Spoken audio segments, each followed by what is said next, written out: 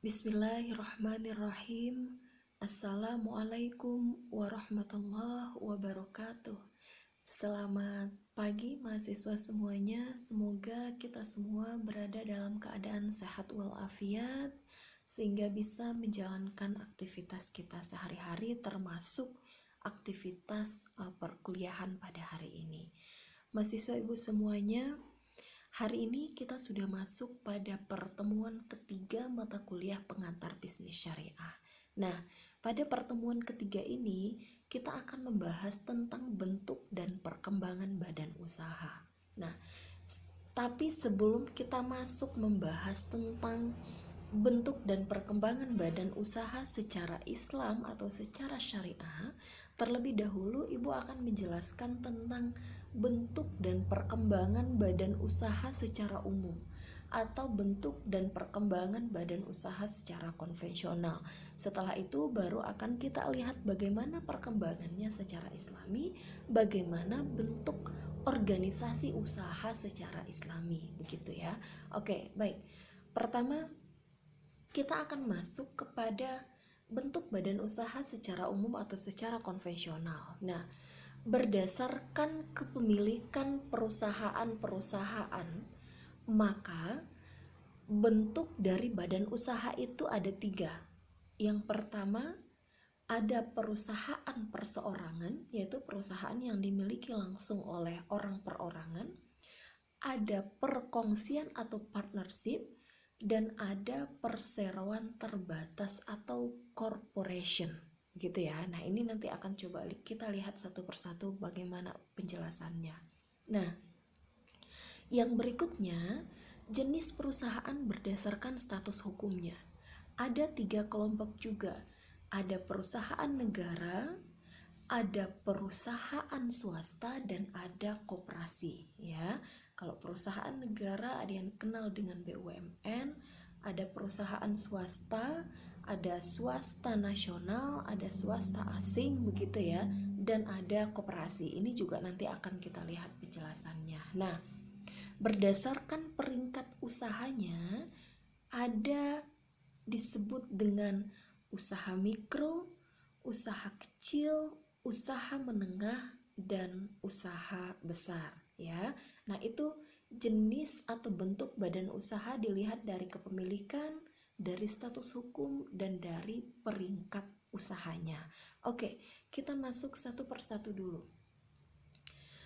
Kita mau melihat perusahaan perseorangan, ya, yaitu perusahaan yang dimiliki dan dikelola atau diawasi langsung oleh satu orang sebagai pemilik, ya. Dan pemilik tersebut bertanggung jawab secara penuh atas semua resiko dan aktivitas perusahaan. Nah, biasanya ini lebih kepada perusahaan kecil atau yang biasa kita kenal juga dengan home industry, begitu ya, atau usaha rumahan. Contoh, kalau di tempat kita ada misalnya orang yang jualan sanjai. Nah, itu biasanya lebih banyak kepada usaha rumahan, begitu ya. Kalau di tanah datar mungkin ada orang yang jual usaha daka-daka. Nah, itu juga lebih banyak biasanya kepada perusahaan perseorangan, begitu. Nah, apa sih kekuatan dari perusahaan perseorangan? Perusahaan perseorangan itu lebih mudah didirikan, ya. Karena kenapa? Karena memang dia langsung dimiliki oleh orang tersebut. Jadi ketika dia mau mendirikan usaha, dia bisa kapanpun mendirikan usahanya. Lalu modal memulai usahanya kecil karena hanya berasal dari modal sendiri, ya. Nah, pengelolaannya fleksibel dan bebas. Lagi-lagi kenapa? Karena memang yang memiliki dan yang mengelola adalah satu orang yang sama, yang memiliki perusahaan dan bertanggung jawab penuh terhadap usahanya tersebut. Lalu, kekuatan berikutnya adalah kerahasiaan usahanya terjamin. Kenapa? Karena biasanya tidak banyak orang luar yang terlibat. Kalaupun mempekerjakan orang, biasanya yang dipekerjakan adalah orang-orang yang masih punya ikatan keluarga, sehingga kerahasiaan dari perusahaan tersebut biasanya terjaga atau terjamin. Nah, Kekuatan berikutnya tidak terikat ketat dengan hukum ya. Sifatnya sederhana, laba diterima seluruhnya, mudah dibubarkan, hubungan dengan pihak lain itu bersifat personal ya. Nah, kenapa tidak terikat ketat dengan hukum? Karena kebanyakan perusahaan perseorangan itu tidak didaftarkan secara hukum, begitu ya. Mayoritas seperti itu. Sehingga ketika dia belum punya legalitas secara hukum, maka tentunya dia akan mudah dibubarkan dan dengan mudah juga didirikan, begitu ya. Nah, itu beberapa kekuatannya. Ada pula kelemahannya. Kelemahannya adalah pertanggungjawabannya tidak terbatas ya. Kenapa? Karena memang yang punya orang itu, yang ngelola juga orang tersebut, begitu. Sehingga ya tanggung jawabnya untuk semua hal, semua aktivitas yang ada dalam perusahaan tersebut. Modal terbatas karena memang modalnya hanya berasal dari modal sendiri. Lalu ada kualitas manajerial dan kualitas pekerja yang terbatas. Nah, ini yang kadang menjadi problem, bahwa ketika yang dipekerjakan adalah dia sendiri atau keluarganya sendiri, maka keahlian dari para pekerja ini kadang dipertanyakan. Kenapa? Karena cenderung tidak merekrut orang-orang yang profesional di bidangnya, tetapi mempekerjakan kerabat-kerabat yang bisa membantunya menjalankan usaha, begitu. Nah, berikutnya, pengembangan perusahaan tergantung pada kemampuan yang bersangkutan. Nah, contohnya yang seperti Ibu sampaikan tadi, usaha daka-daka, usaha karak-kali yang begitu. Kalau di Jawa itu ada yang dikenal dengan warteg, begitu ya, rumah makan Padang, toko kelontong, dan banyak usaha-usaha lainnya yang merupakan contoh dari perusahaan perseorangan. Nah, berikutnya ada perusahaan perkongsian atau partnership ya. Perusahaan perkongsian ini dia sudah menggabungkan sumber daya yang dimiliki oleh masing-masing pendirinya untuk melakukan kerjasama di bidang usaha yang diminati bersama. Ya, ini macam-macam contohnya, misalnya perusahaan klinik dari beberapa orang dokter gitu, atau dari beberapa usaha dari beberapa orang advokat, begitu ya. Kelebihannya tentunya lebih banyak modal yang dapat dikumpulkan, lebih banyak keahlian yang diperoleh, dan umur usaha biasanya lebih panjang. Cuman kelemahannya, tanggung jawabnya masih tidak terbatas, masih sukar memperoleh modal, dan kemungkinan terjadinya perselisihan dan kesalahpahaman. Contoh dari partnership ini adalah firma dan CV ya. Nah, firma itu adalah perserikatan yang diadakan untuk menjalankan suatu usaha dengan memakai nama bersama ya. Firma itu kebanyakan adalah perusahaan rumah tangga yang bersifatnya kecil. Contohnya firma yang mungkin bergerak dalam usaha dagang pertokoan, firma industri kecil, dan restoran. Nah, ada juga yang disebut dengan CV ya. CV persekutuan yang diadakan antara seseorang sekutu atau lebih yang bertanggung jawab secara pribadi dan untuk seluruhnya dengan seseorang atau lebih sebagai peminjam uang ya, atau sekutu pasif. Nah, CV ini banyak sekali contohnya, misalnya titipan kilat dan lain sebagainya.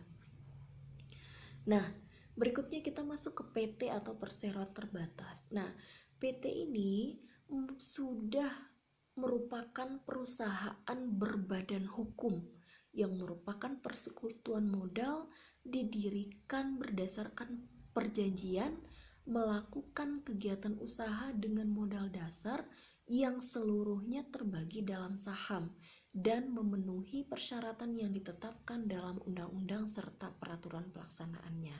Nah, PT ini merupakan badan hukum atau usaha yang sudah berbadan hukum, dan kepemilikannya nanti sudah terdiri dari saham-saham yang akan dibagi di dalam perusahaan tersebut. Nah, PT itu biasanya memiliki organ-organ. Ada RUPS, Rapat Umum Pemegang Saham. Nah, ini merupakan pengambil keputusan tertinggi di dalam suatu PT, ya. Karena keputusan-keputusan penting itu akan diambil pada saat RUPS. Nah, lalu ada yang disebut dengan Dewan Komisaris. Dewan Komisaris ini adalah anggota yang mengawasi kebijakan kepengurusan perusahaan, ya. Nah, selain dari komisaris juga ada yang disebut dengan direksi. Direksi inilah yang mengelola perusahaan, ya. Nah, jadi pada PT ini antara pemilik perusahaan dengan pengelola perusahaan itu sudah merupakan orang yang berbeda, sehingga direksi biasanya direkrut dari orang-orang yang profesional. Nah, PT ini kekuatannya, tanggung jawabnya sudah terbatas, ya. Saham perusahaan mudah ditunaikan, lebih mudah memperoleh modal karena memang sudah terbagi dalam saham, pengelolaannya lebih profesional, kelangsungan hidup perusahaan menjadi lebih terjamin. Nah, cuman kendalanya pendiriannya tentu lebih kompleks, ya. Ada 2 kali bayar pajak, pajak keuntungan perusahaan dan pajak pada saat dividen dibagikan, dan ada hal-hal lainnya banyak banget. Contoh PT Gudang Garam, PT Matahari Department Store, Lion Air, dan berbagai PT lainnya yang mungkin sudah biasa teman-teman temui dalam kehidupan sehari-hari. Nah, tadi kita mengenal ada namanya perusahaan swasta asing, ya. Nah, bicara soal perusahaan swasta asing itu mulai ada di Indonesia, mulai berkembang di Indonesia sejak awal Orde Baru dengan adanya Undang-Undang Penanaman Modal Asing nomor 1 tahun 1967, ya. Nah, pada mulanya perusahaan swasta asing itu boleh melakukan kerjasama usaha patungan antara dengan perusahaan nasional dengan komposisi saham 51%-nya perusahaan nasional dan 49%-nya perusahaan asing. Itu porsi maksimalnya. Nah, setelah itu keluar PP nomor 17 tahun 1992. Nah, dengan keluarnya PP nomor 17 tahun 1992 ini, maka penanaman modal asing di Indonesia dibolehkan 100%. Dalam artian, warga asing dibolehkan 100% membuka perusahaan di Indonesia dengan dikeluarkannya PP nomor 17 tahun 1992 tadi. Nah, selain perusahaan swasta asing, kita mengenal BUMN, Badan Usaha Milik Negara, yaitu perusahaan yang sebagian atau seluruh kepemilikannya dimiliki oleh negara kita, Republik Indonesia. Banyak banget contohnya, contoh Telkom, Indosat, Antam, BNI, Kimia Farma, dan beberapa BUMN lainnya. Nah, pengelolaannya itu dibagi 2, ada BUMN, Badan Usaha Milik Negara, yang skalanya nasional, dan ada BUMD, Badan Usaha Milik Daerah, ya. Nah, BUMN itu terdiri dari Perjan, perusahaan jawatan, lalu ada Perum, perusahaan umum, lalu ada juga Persero, perusahaan perseroan, dan ada juga perusahaan negara, begitu ya. Nah, BUMN ini didirikan tujuannya adalah untuk memberikan sumbangan bagi perekonomian nasional, khususnya untuk mendapatkan penerimaan negara melalui pendapatan keuntungan yang diperoleh.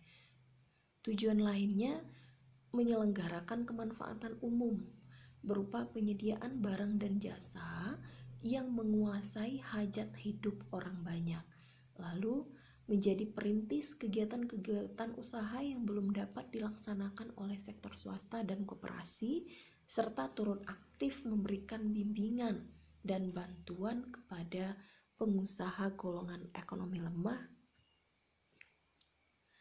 Perusahaan BUMN itu juga punya kekuatan, dia dilindungi, dijamin oleh Undang-Undang Dasar 1945 begitu ya. Karena dia milik negara, tentunya memiliki power ya, memiliki banyak sarana dan prasarana, dan tentunya mudah dalam melakukan alih teknologi.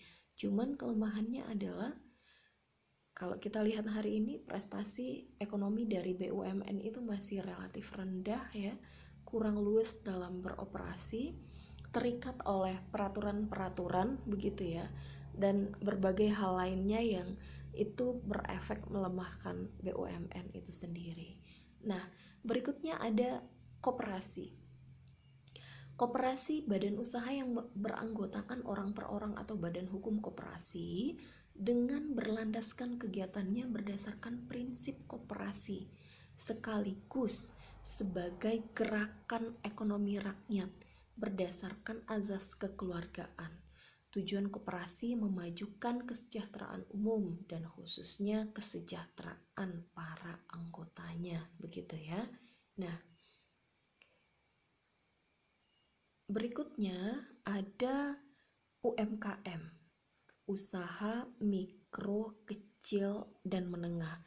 Nah, terkait dengan UMKM, lebih detailnya teman-teman bisa lihat Undang-Undang Nomor 20 Tahun 2008 ya.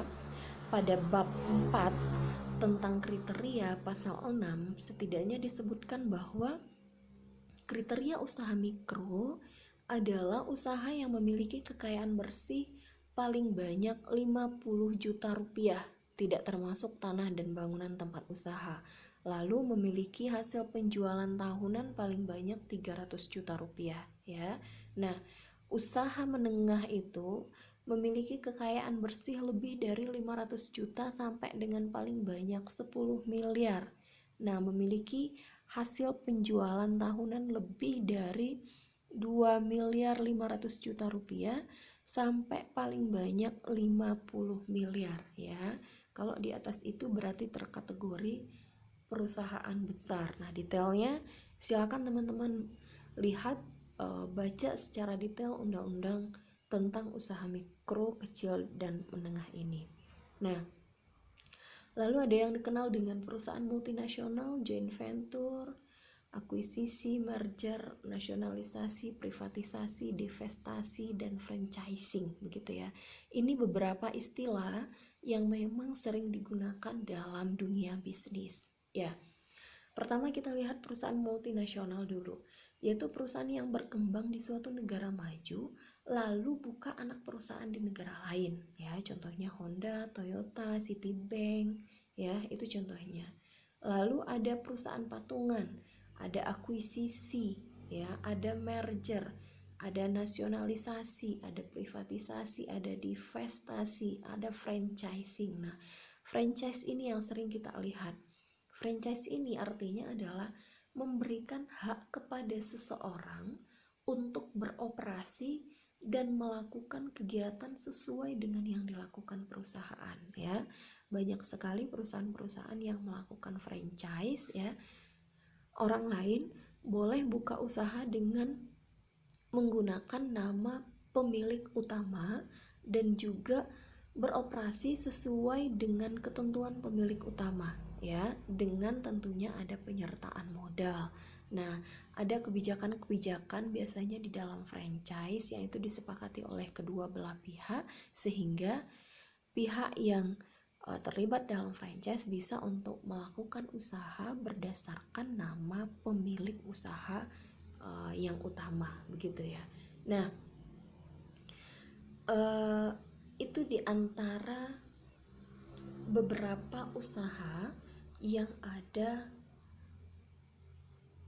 dalam secara konvensional. Nah, secara syariah ya atau dalam Islam kita mengenal ada beberapa bentuk organisasi bisnis dalam Islam ya. Organisasi bisnis dalam Islam itu ada dua. Yang pertama merupakan pemilik tunggal, ya. Yang kedua berupa kerjasama. Pertama, pemilik tunggal. Pemilik tunggal ini maksudnya adalah bentuk organisasi yang paling sederhana di mana perusahaan yang dijalankan sendiri oleh pemiliknya dan tidak mengikat, kecuali yang mengikat hanya apa? Hanya aturan-aturan syariah, ya. Nah, sama hampir mirip dengan perusahaan perseorangan, tetapi tentu bedanya perusahaan pemilik tunggal dalam Islam itu tidak boleh melakukan usaha-usaha bisnis yang itu melanggar aturan-aturan bisnis yang ada di dalam Islam. Nah, selagi tidak ada aturan yang melarang untuk berbisnis, bentuk bisnis tersebut, maka itu sah-sah saja dalam bisnis pemilik tunggal, begitu mirip dengan perusahaan perseorangan tadi. Nah, bedanya hanya ada batasan, ada aturan-aturan syariah yang tidak boleh dilanggar pada organisasi atau pada organisasi bisnis pemilik tunggal ini. Nah, yang kedua, ada organisasi bisnis dalam bentuk kerjasama, ya. Nah, dalam bentuk kerjasama ini dikenal dengan mudharabah dan musyarakah, ya.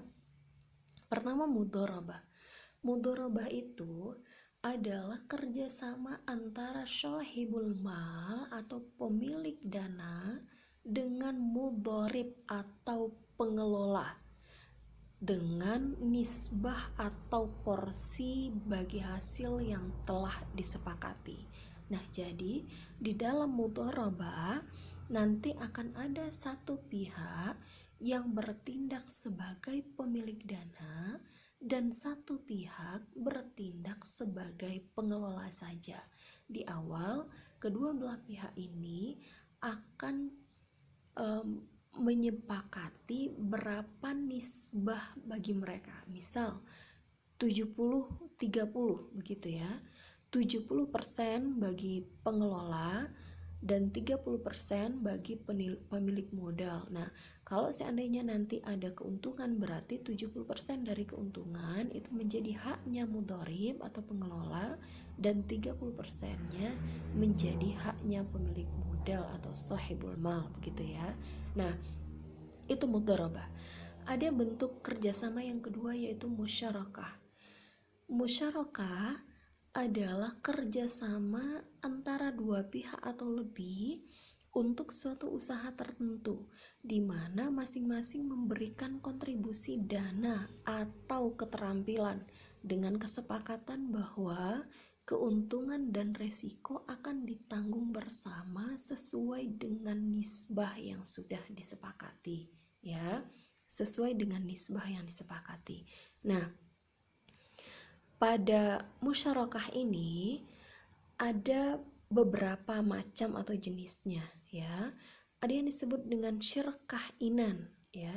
Syirkah inan adalah kerjasama antara dua orang atau lebih di mana setiap pihak itu memberikan kontribusi dana dan partisipasi dalam kerja. Tentunya ada kesepakatan keuntungan atau kerugian, tetapi porsi dana dan kerja itu tidak mesti sama. Nah, itu yang disebut dengan syirkah inan. Nah, yang kedua ada disebut dengan syirkah mufawadah, ya, yaitu kerjasama antara dua orang atau lebih di mana setiap pihak memberikan kontribusi dana dan berpartisipasi dalam kerja. Ada kesepakatan keuntungan atau kerugian. Nah, bedanya dengan syirkah inan tadi, pada syirkah mufawadah ini porsi antara kontribusi dana dan kerjaan harus sama antara kedua belah pihak, ya. Jadi porsi dana dan partisipasi kerja harus sama antara kedua belah pihak. Nah, itu bedanya dengan syirkah inan tadi. Lalu yang ketiga ada yang disebut dengan syirkah amal, ya. Syirkah amal adalah kerjasama antara dua orang yang seprofesi untuk menerima pekerjaan secara bersama dan berbagi keuntungan dalam pekerjaan itu. Apa contohnya? Misalnya sesama dokter lalu buka usaha praktek bersama. Nah, itu boleh. Atau sesama advokat atau lawyer, dia akan buka usaha lawyer advokat bersama. Nah, itu juga boleh bisa dilakukan. Nah, itu namanya kerjasama karena seprofesi atau satu keahlian. Atau mungkin orang yang sama-sama punya keahlian perbengkelan begitu, atau nelayan yang sama-sama berprofesi sebagai nelayan, lalu mereka melakukan kerjasama, lalu hasilnya nanti dibagi sesuai dengan kesepakatan. Nah, itu boleh-boleh saja termasuk dalam syirkah amal ya. Nah, yang keempat ada yang disebut dengan syirkah wujuh, yaitu kerjasama antara dua orang atau lebih yang memiliki reputasi dan prestis yang baik serta ahli dalam berbisnis. Nah, ini biasanya misal dimiliki oleh orang-orang yang punya jaringan yang luas begitu ya, sehingga si A dan si B mereka sebenarnya nggak punya modal, tetapi dia punya kenalan dengan supplier yang besar ya, dan satu orang lagi mungkin punya pangsa pasar yang besar sehingga mereka melakukan kerjasama ya, mereka ngambil barang dari supplier lalu dipasarkan kepada pangsar. Mereka sebenarnya nggak ada kontribusi modal, tetapi yang mereka kontribusikan adalah prestisenya atau reputasinya, bahwa dia sama-sama memiliki jaringan yang bagus, sama-sama memiliki prestisi yang bagus. Itulah yang dikerjasamakan dalam suatu bisnis ya, sehingga menghasilkan keuntungan dan itu dibagi bersama, dan itu boleh dilakukan di dalam Islam begitu. Nah, itulah jenis-jenis organisasi bisnis atau bentuk usaha yang boleh dilakukan di dalam bisnis. Nah, jadi bisa jadi usahanya itu berupa usaha perseorangan atau kerjasama ya. Kalau dia kerjasama bisa dalam bentuk mudharabah dan bisa dalam bentuk musyarakah. Musyarakah itu bisa juga syirkah inan, syirkah mufawadah, syirkah amal, ataupun syirkah wujuh begitu ya. Nah, itu saja materi kita pada pertemuan kali ini. Berikutnya, jika ada hal-hal yang perlu didiskusikan, silakan mahasiswa berkomentar pada postingan ini, atau bisa kontak ibu secara langsung untuk berdiskusi lebih lanjut, untuk kita berdialektika lebih lanjut terkait dengan topik ini. Demikian saja ibu akhiri. Wassalamualaikum warahmatullahi wabarakatuh.